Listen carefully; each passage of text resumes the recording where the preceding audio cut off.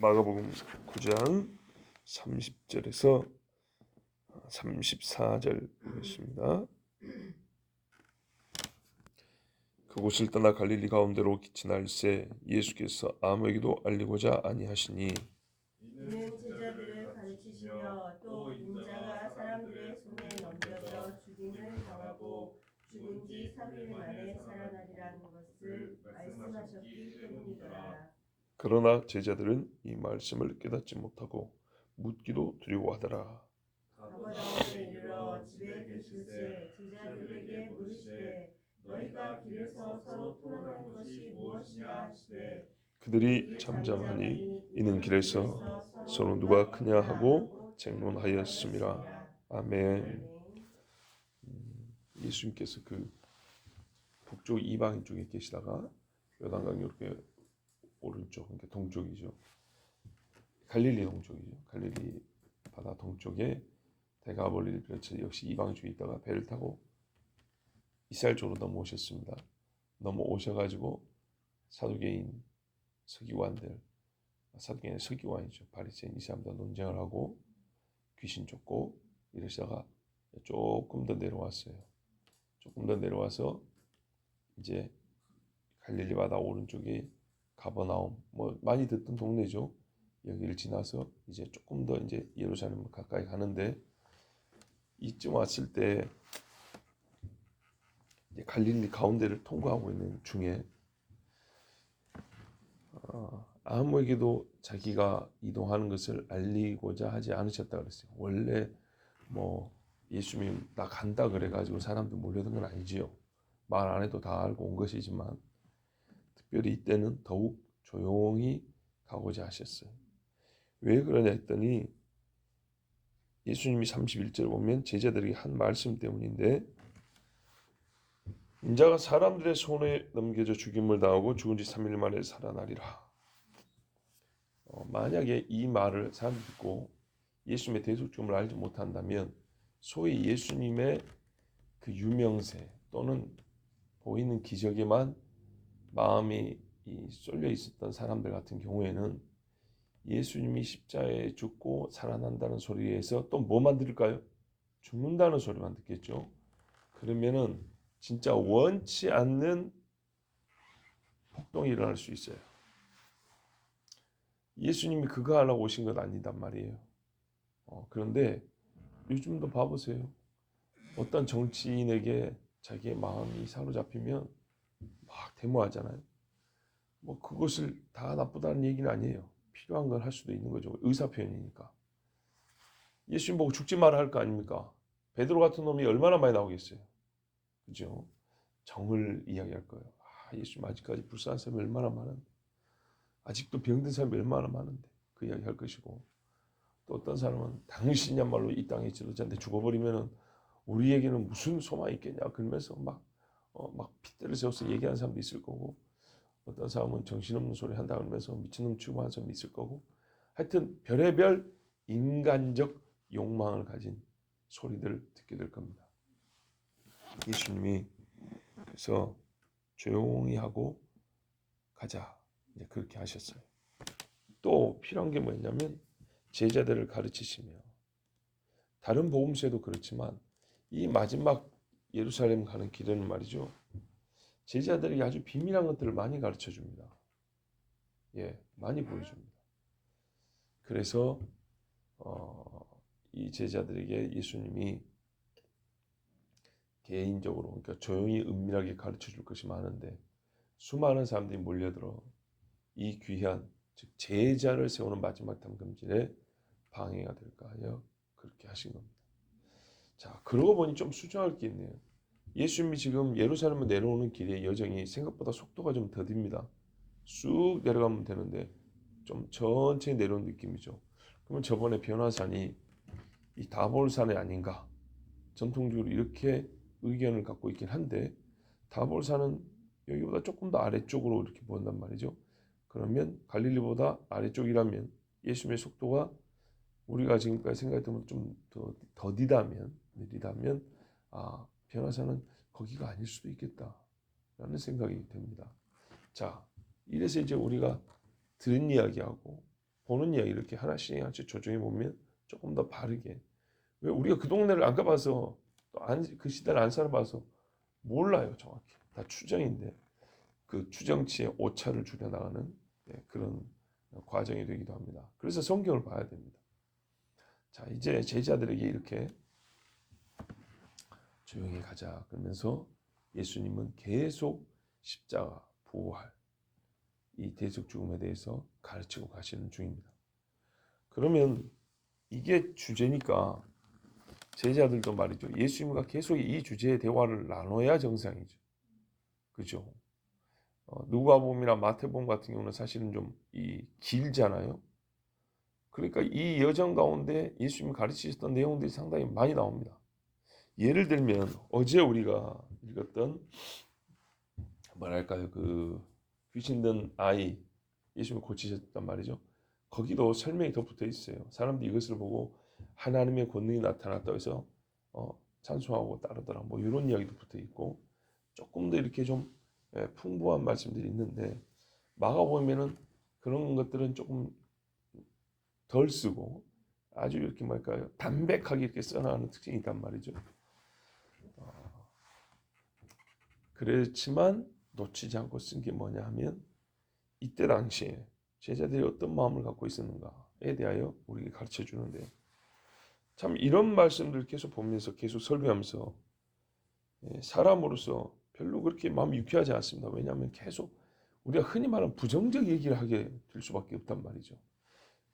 근데 이 부정적 얘기를 할 수밖에 없다는 건 내가 원해서가 아니라 성경의 기록이 그리 되어 있고, 기록이 그렇단 말은 하나님 앞에 인간은 표현하자면 긍정형이 아니라 부정형이에요. 20세기 신학은요, 하나님은 우리를 긍정하신다는 표현을 참 많이 써요. 나는 신학교가 아주 긍정이란 말을 그렇게 쓰는 거 보고 좀 처음에 신기하고 놀랐어요. 긍정이라는 말, 긍정적이라고 할 때 뒤에 적자를 잘 안 써요. 좀 다른 의미거든요. 긍정하신다. 하나님은 우리를 긍정하신다. 이런 표현을 신학교에서는 많이 써요. 이게 신학적 표현이에요. 뭐냐? 예를 들면 세상에서는 우리가 보통 육을 죽이고 영을 쫓으라는 성경 말씀이 있지요. 분명히 있는데 그러면 하나님이 우리 육은 부정하시냐? 이럴 때 쓰는 말이에요. 그렇지 않다. 하나님은 육도 긍정하신다. 무슨 말인지 그러면 좀 이해가 되죠? 무슨 말이면 영만 생각하는 게 아니라 육을 긍정한다는 얘기는 하나님이 우리 육체를 만드셨기 때문에 육체에 대하여 하나님이 육체를 존재하게 했단 말이죠. 그 육체를 다스리는 법도 만드셨고 육체를 유익하게 하는 것도 하나님께서요. 육을 복되게 하는 능력도 하나님께 있고 육을 저주하는 분도 하나님이란 말이죠. 그렇기 때문에 육에 대하여 하나님은 긍정한다는 말은 우리가 육체를 가지고 있으며 사람이 육체의 어떤 것으로 살아가는 것을 항상 부정적으로 볼 필요는 없다 이 말이죠. 우리 밥 먹을 때 하나님 앞에 기도하죠. 왜 기도하죠? 복을 달라고 되면 감사합니다 하죠. 우리 육이 살려면 먹어야 되는데 그 먹을 걸 하나님이 주신다 이 말이죠. 이런 거를 육을 긍정한다 그래요. 그렇죠? 우리가 먹어야 사는데 하나님이 먹으라고 주잖아요. 육이 존재하고 육에 필요한 것들을 하나님이 그런 줄 아는 것이 아니라 그것이 되도록 돕는 이가 하나님이에요. 만약에 하나님이 안 도우면 불가능해요. 육이 없어져 버려요. 유일하게 육이 존재하고 살아갈 수 있도록 실제로 돕는 분은 하나님밖에 없어요. 그런 표현으로 하나님은 육을 긍정하신다. 이 정도에서 멈추면 좋은데 별의별 짓거리를 다 하면서 하나님은 육체를 긍정한다는 이 공리, 이 대원리를 아무데나 이제 적용을 해요. 그게 문제예요. 봐보세요. 하나님은 사랑이시죠. 그런데 이 사랑이라는 말을 아무 때나 지 마음대로 적용하면 어떻게 되죠? 괴상한 짐승 같은 인간도 만들어낼 수 있습니다. 사랑으로. 그렇죠? 하나님의 육체를 긍정하십니다. 이 말이 너무 육체를 폄하하고 우리 인간의 삶이라는 게 육과 상관없는 것처럼 여기는 진짜 이거야말로 또 삐뚤어진 신앙과란 말이죠. 그런 사람들에게는 참 유용하게 쓸 수 있어요. 당신이 태어나고 먹고 입고 생활하는 모든 것이 하나님으로부터 왔는데 하나님이 육을 부정하신다면 부정 없다 또는 부정적으로 본다. 육을 배제한다. 모든 좋지 않은 것들 육을 좋지 않게만 하나님 바라본다면 하나님 당신이 먹을 걸 주겠냐? 만나를 왜 주겠냐? 광야에서 입을 옷이 떨어지지 않게 해주신 이유가 뭐냐? 당신에게 육이 필요함을 알고 육체를 만드신 분이기 때문에 육에 대하여 하나님은 긍정하시기 때문이다. 이렇게 표현을 쓰거든요. 여기까지는 예스라 그 말이죠.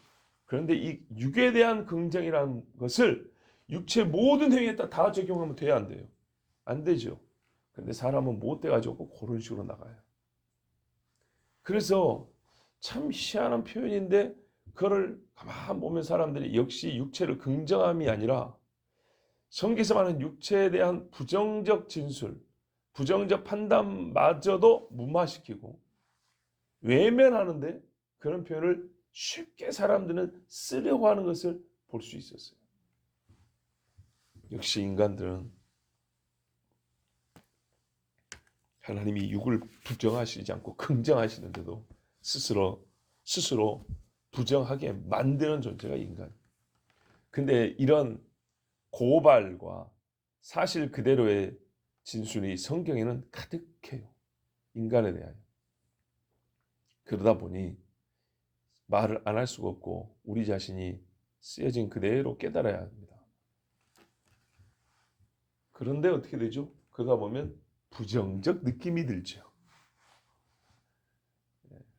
근데 사람 우리 인간의 되먹은 게 바로 그런 거예요.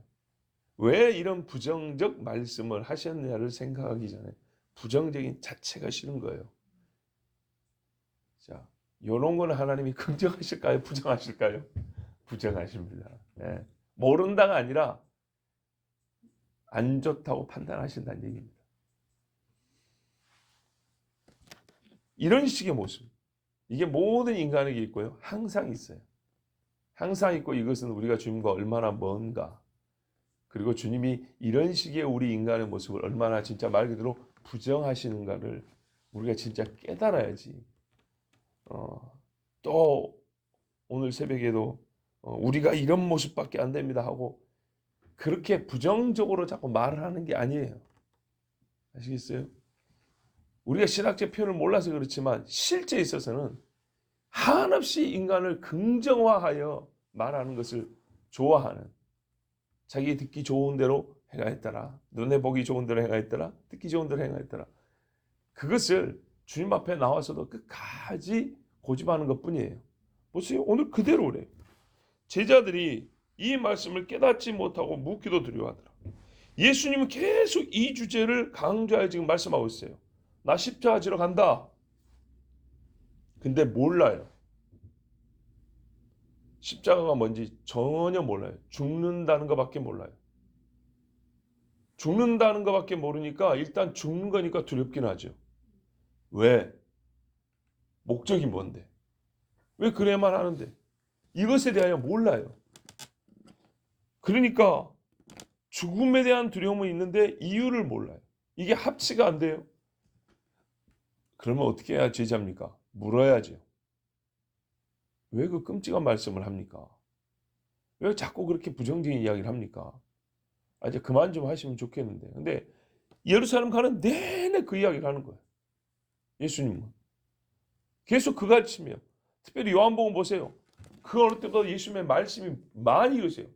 좀 표현이 그렇지만 예수님이 말을 많이 하세요. 전혀 알아듣지 못한 뭐 성령이 온다 소리도 해가면서 막 6월절 우리가 지키는 거 있었는데 막 새로운 거 내 몸이요 내 피요 막 하면서 정말 알아먹기 어려운 소리를 계속 해요.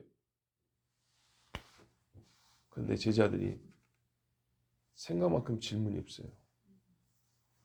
예수님이 그렇게 많이 말씀하는데도 못 알아들으면 물어봐야 될 거 아니에요. 그런데 싫고 두려워서 안 물어봤답니다. 어떻게 되죠? 모르는 게 계속 쌓이죠. 모르는 게 쌓이면 불만만 쌓이죠. 그래서 마귀는 이런 경우에 틈을 타기가 더 좋습니다. 가룟 유다도 그래요.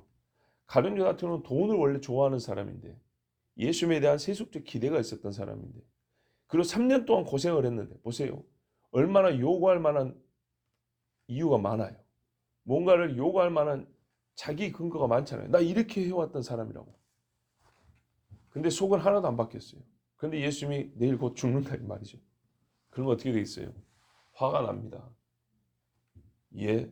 그러고 유다를 이해하자고 하는 말은 아니에요.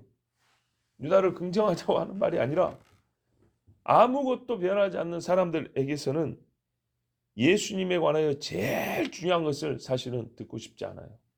이 세상에서는 엄마 품에 안긴 평화로운 아기 예수는 좋아하지만 십자가 예수는 싫어한다잖아요. 똑같은 예수인데.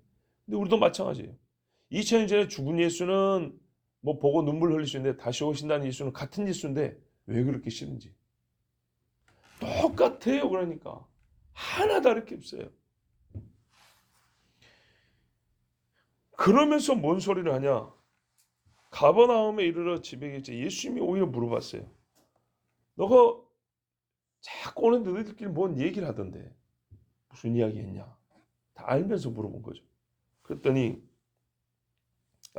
이렇게 물어요. 너희가 길에서 서로 토론한 것이 무엇이냐. 토론은 뭡니까? 자기 주장을 상대에 설득시키는 겁니다. 격렬하게 말다툼을 한 겁니다. 예수님 하신 말씀 안 듣고 이끼리 말이죠. 저끼리 시끄럽게 막 떠들어대 온 거예요. 막 들을까 봐 요새 조만큼 뒤에 막 서가지고 막 서로 막 싸우면서 이러고 온 거예요. 예수님이 오히려 물어봤어요. 요새 계속 길에서 뭔가 떠들어대더라. 무슨 이야기 했냐 그랬더니 대답 안 해줘. 왜요? 부끄럽죠. 부끄러워요. 그래서 말은 못했어요. 그들이 잠잠하니.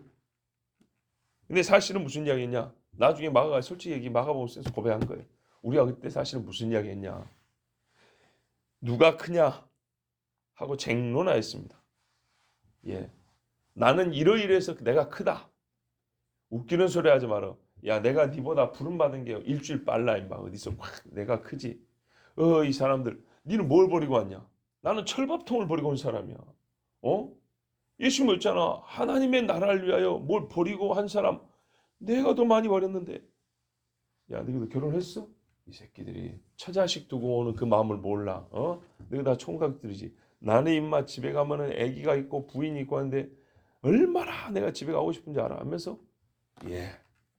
그러니까 또 야고보나 요한은 참 당신들은 나는 얼마나 부자고 우리 아버지가 우리 간다 하니까는 너희는 족보에서 파버린다 그러고 말이지. 애비애미도 모르는 놈이라고 어느 날 갑자기 이제 방랑하는 사람을 쫓아간다고 내가 아버지한테 진짜 거의 내놓은 자식 취급을 받고 지금 왔는데 말이야. 그러면서 서로들 자기들 나름대로 크다고 이렇게 싸운 거예요. 자, 약간 상황을 이렇게 좀 추정해서 묘사를 했지만 이게 완전히 어긋나진 않을 겁니다. 왜냐하면 뒤에 가면 그 부자 청년이 와가지고 어떻게 하면 영생을 얻겠냐고 그러다가 그럼 네 가진 재산 다 팔고 와라 그랬더니 근심하고 왔다 그랬죠. 그때 예수 말하면 부자가 천국 들어가기 얼마나 어려운지 낙타와 바늘기 들어가는 것보다 어렵다 했다. 근데 이것이 얼마나 우리가 또 부담스러운 소린가. 그 낙타의 바늘기는 사실 그것이 아니고 하면서 막 오만 편하게 들을 수 있는 말을 만들어야죠. 그것이 아닌 것이 아니고 그거예요. 실제로 구원받기 어렵습니다. 봐보세요. 갔잖아요. 돌아가 버렸잖아요. 예수님 따라오다 돌아가 버렸다고요. 돌아갔는데 어떻게 구원을 받아요? 지금 주제가 구원 이야기예요. 구원 이야기. 그랬더니 베드로가 어떻게 해요? 자기들은 3년 동안 따라왔잖아요. 부자 단지 기분 좋죠. 선생님 아시다시피 우리가 이렇게 다 버려왔습니다. 뭘 얻겠습니까? 예, 아직까지도 그 간 사람하고 큰 관념의 차이는 없지만 하여튼 행동은 달랐어요. 자, 봐보세요. 이런 것을 가지고 예수님 앞에 뭘 얻겠냐고 물어본 걸 봤을 때 역시 바로 이런 이유를 가지고 서로 네가 크냐 내가 크냐 싸웠다 이 말입니다. 아직 클라면 한참 멀은 그런 모습이에요. 3년 지금 지나갔는데. 근데 우리가 여기서 이제 더 무서운, 여기도 두렵다는 말씀이 있지만 우리가 진짜 두려워해야 될 사실이 겁니다. 봐보십시오. 제자들이 지금 예수님으로부터 들은 것과는 전혀 상관없는 소리를 하고 있다는 겁니다. 그런데 몰랐다 하지만 실제로 완전히 모른 것도 아니라는 겁니다. 보십시오. 깨닫지 못하고 그랬어요. 그죠? 깨닫지 못하니까 이따위 소리를 하죠. 누가 크냐라는 이건 예수 앞에 말도 안 되는 소리인데 이거 갖고 싸웁니다. 그죠? 깨닫지 못했기 때문에. 깨달은 사람 같으면 지금 이런 거 다툴 때가 아니잖아요. 근데요, 완전히 깨닫지 못한 것도 아니었어요. 무슨 말이냐면 두려워하더라 그랬어요. 하루 강아지 왜 범 무서운지 모릅니까? 범이 뭔지 모르니까 그러죠. 근데 제자들이 두려웠다 그랬어요. 뭘 안다는 얘기죠. 뭘 알아요? 예루살렘 올라서 죽는다는 걸 안답니다. 그러니까 얼마나 웃기는 이야기입니까? 지금 죽는다는 사람을 따라가고 있어요. 마음에는 안 들지만 이 사람이 반드시 그렇게 하겠대. 깨닫지 못하는 건 왜예요? 왜? 근데 명백한 그분의 주장의 요지는 알아요. 죽는다는 거예요. 그렇죠? 왜 죽는다에 대해서는 동의가 안 되고 원하지도 않아요. 그래서 피하고 싶어요. 안 물어보고 싶어요. 그런데 분명한 것은 죽는다는 것은 확실해요. 그 목적을 바꾸지 않았어요, 선생님이. 그죠? 자기의 말씀을 번복하지 않았다고요. 계속 죽는다 소리를 하고 있어요. 그래서 두려워요. 죽음이란 것 자체가 우리에게 무슨 이득이 되냐, 손해가 되냐를 떠나서 그 자체가 두려운 문제예요. 그래서 묻질 않아요. 자, 본래 깨닫지 못하면 물어봐야 됩니다. 근데 깨닫지 못하는데 안 물어봤습니다. 이 자체가 지금 주님 말씀에 대하여 회피하고 외면하겠다는 뜻이죠. 그런데 이 정도로 끝난 게 아니고 이 사람들은 자기들의 욕심이 있었습니다. 깨닫지 못하는 것을 깨달아 버리면 이 욕심을 가질 수가 없게 됩니다. 그래서 이거를 가지고 싶어서라도 지금 깨닫지 못하는 것을 묻지 않습니다. 그런데 또 하나는 뭐냐면요. 아무리 욕심을 가져봐야 예수님 죽어버리면 이거 다 헛것이잖아요. 이게 더 무서운 문제예요. 죽는다는 것을 분명히 알고 거기에 대하여 정당한 어떤 감정적 반응인 두려움이라는 반응까지 지금 일으키고 있어요. 몸 안에서. 두려워요. 그런데도 불구하고 여전히 욕심을 갖고 있다는 거예요. 겁나게 웃기는 이야기죠. 그죠? 지금 예를 들어볼게요. 자살하러 가는 사람하고 내가 지금 같이 가고 있어요. 차를 타고 가는데 이 사람이 어디 드라이브 하러 가자고 차를 타러 하더니 나 지금 어디 다리로 가는데 나 거기서 뛰어내려 죽을 거야. 네가 차 몰고 집으로 돌아가라. 네 옷 팔고 네 미천에 써라. 아, 이 사람이 뭔 소리라고. 진짜다. 진짜 죽는다. 근데 이 사람이 사장이고 죽겠다는 사람이 사장이고 다른 사람이 부사장이에요.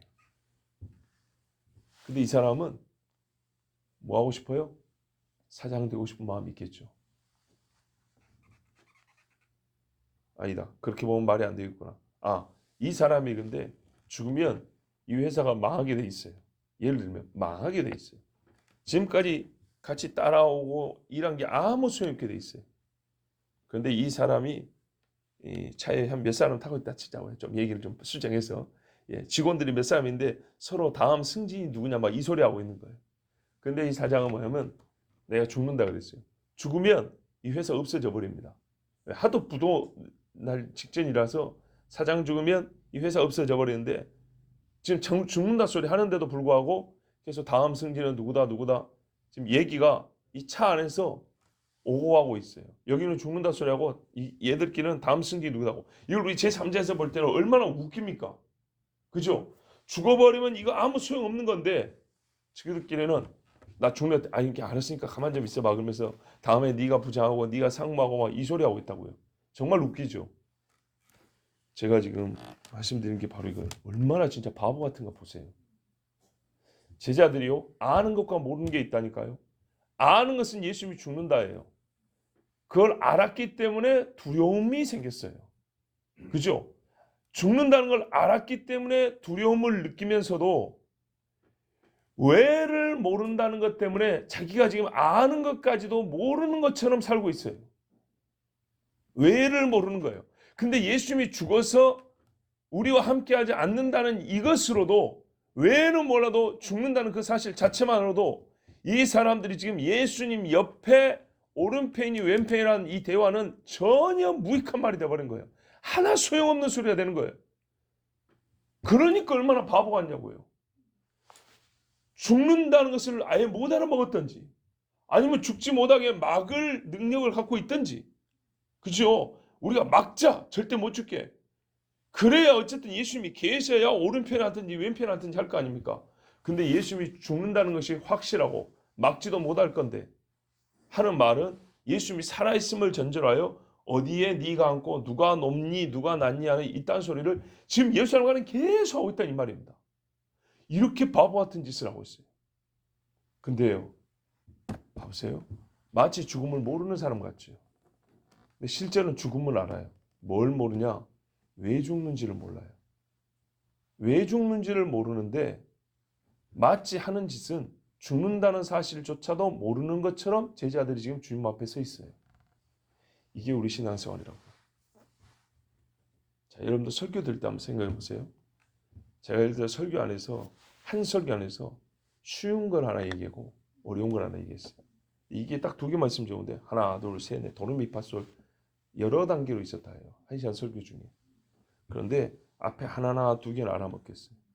근데 뒤에 세 개, 네 개 요거는 모르겠어요. 이거 갖고도 충분히 내가 어찌해야 한다는 말을 어찌해야 될지 알겠어요. 왜요? 봐보세요. 예수님의 대속 죽음과 죽는다에는 관계가 있어요. 이유, 대속을 이해를 못한 것이지 죽는다는 모르는 사람이 있을 수가 없어요. 한 설교 안에서 한두 가지 이해가 돼요.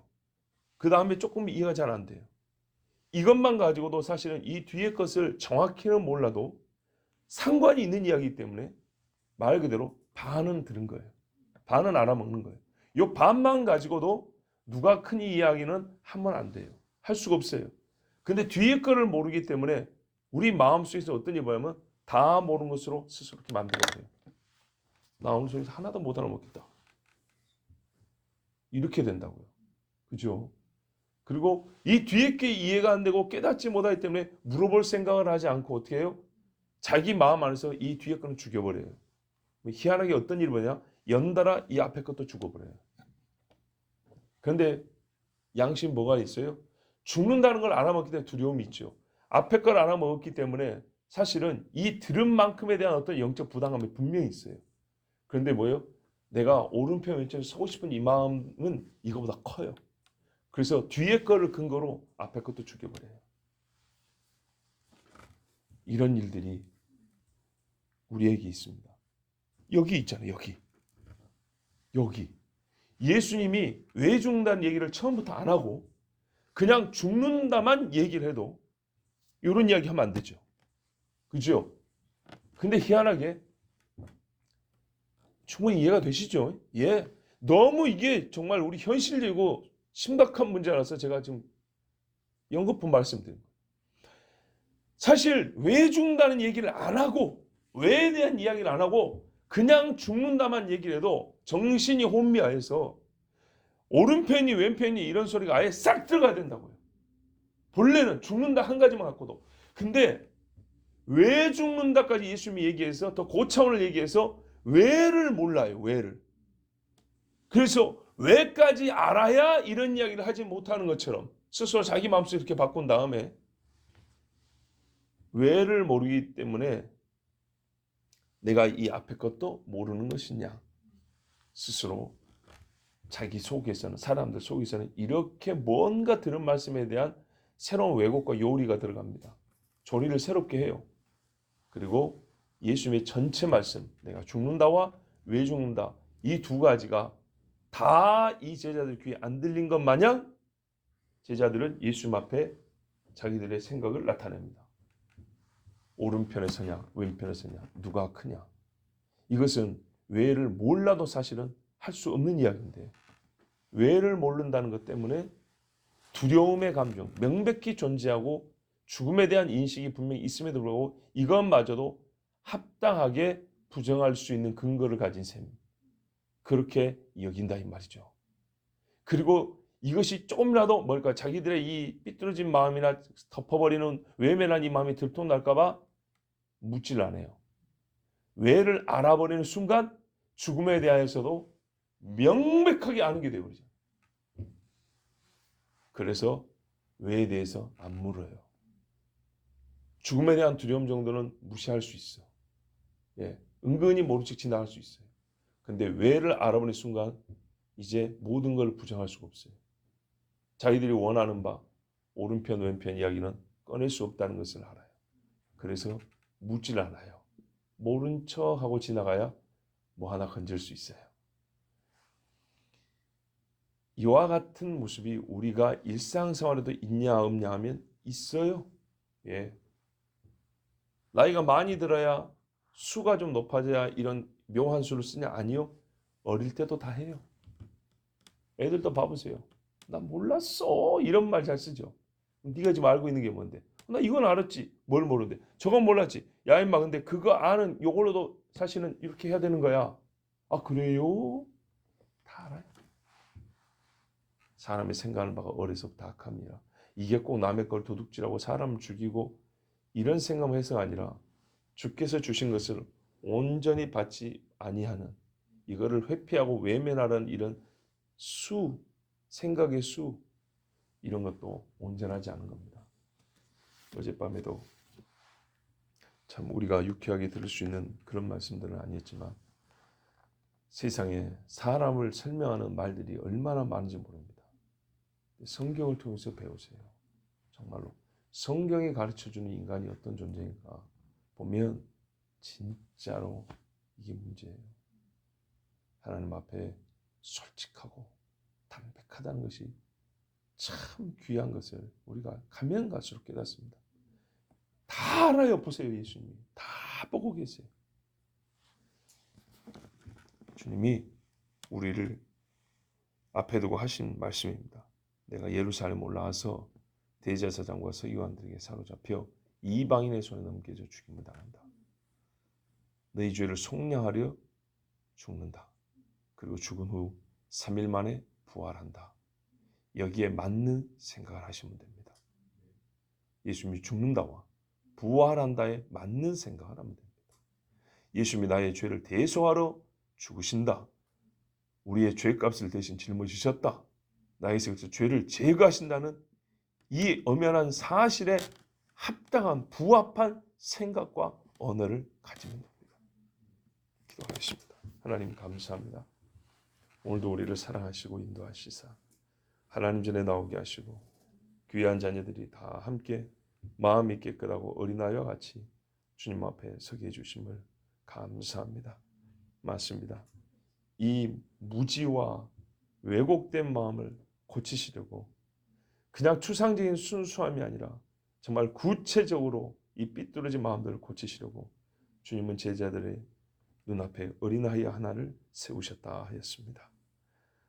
바로 그것이 어린아이의 성장 발육이 아직 미진한 그것이 아니라 어린아이의 그 마음이 지금 제자들에게 필요했기 때문에 주님은 이들에게 어린아이를 세우시고 이제 교훈을 하십니다. 우리는 이미 이 말씀들을 다 아는 거로 지금 당장 내 자신이 어린아이와 같은 마음을 가질 수 있도록 주님 도와주시옵소서. 알면서도 모르는 척 모르는 것을 묻지 아니하고 그냥 무지를 그대로 가지고 넘어가는 그런 악한 마음 버리게 하여 주시옵고 처음부터 예수님이 가르친 적도 없고 허용한 적도 없고 모범으로 보인 적도 없는 자기를 높이는 이 용상한 마음들 마귀가 주고 아담과 하와에게 던졌던 그 말들 다 우리 속에서 빼내어 주님 앞에 깨끗한 양심이요 겸손한 마음으로 서게 하여 주시옵소서. 예수 그리스도의 이름으로 기도하옵나이다. 아멘.